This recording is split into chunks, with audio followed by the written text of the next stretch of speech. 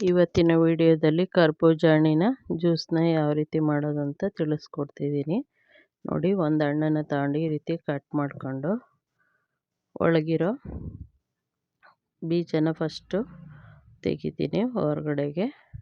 ಆನಂತರ ನೋಡಿ, ಈ ಥರ ಒಂದು ಲೇಯರ್ನ ತೆಗೆದು ಬೀಜನೆಲ್ಲ ಹೊರಗಡೆಗೆ ತೆಗೆದಿಟ್ಕೊಳ್ತೀನಿ.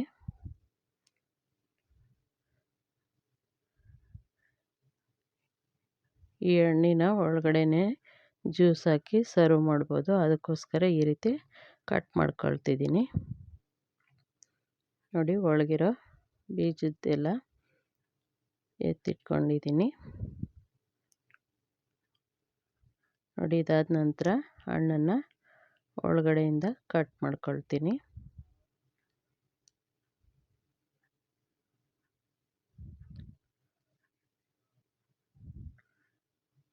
ನೋಡಿ, ಈ ರೀತಿ ಹಣ್ಣನ್ನು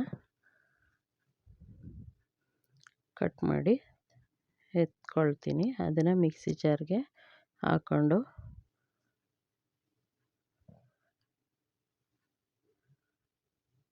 ಇದಕ್ಕೆ ಒಂದೆರಡು ಲೋಟದಷ್ಟು ನೀರನ್ನ ಹಾಕ್ಕೊಳ್ತೀನಿ.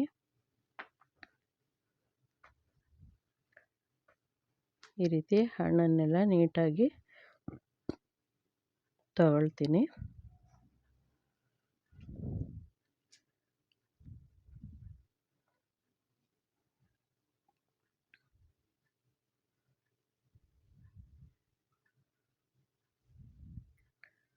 ನೋಡಿ, ಇವಾಗ ಒಂದೆರಡು ಲೋಟ ನೀರನ್ನ ಹಾಕ್ಕೊಳ್ತೀನಿ.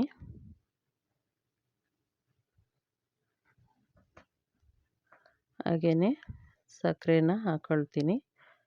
ಒಂದು 6 ಸ್ಪೂನಷ್ಟು ಸಕ್ಕರೆನ ಹಾಕ್ಕೊಳ್ತೀನಿ.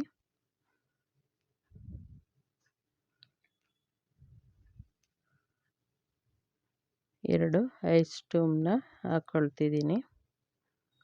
ಆನಂತರ ಈ ರೀತಿ ಮಿಕ್ಸಿ ಮಾಡ್ಕೊಳ್ತೀನಿ. ಒಂದು 5 ನಿಮಿಷ ಈ ರೀತಿ ರುಬ್ಕೊಂಡು ಜ್ಯೂಸ್ ರೆಡಿ ಆಗುತ್ತೆ. ಅದಕ್ಕೆ ನಾನು ಗೋಡಂಬಿ ಪೀಸು ಹಾಗೆ ಬಾದಾಮಿ ಪೀಸ್ ಮಾಡ್ಕೊಂಡಿದ್ದೀನಿ ಸಣ್ಣ ಸಣ್ಣದಾಗಿ. ನೋಡಿ, ನಾನು ಮಾಡ್ಕೊಂಡಿರೋ ಜ್ಯೂಸು ಇಷ್ಟು ರೆಡಿ ಆಯಿತು.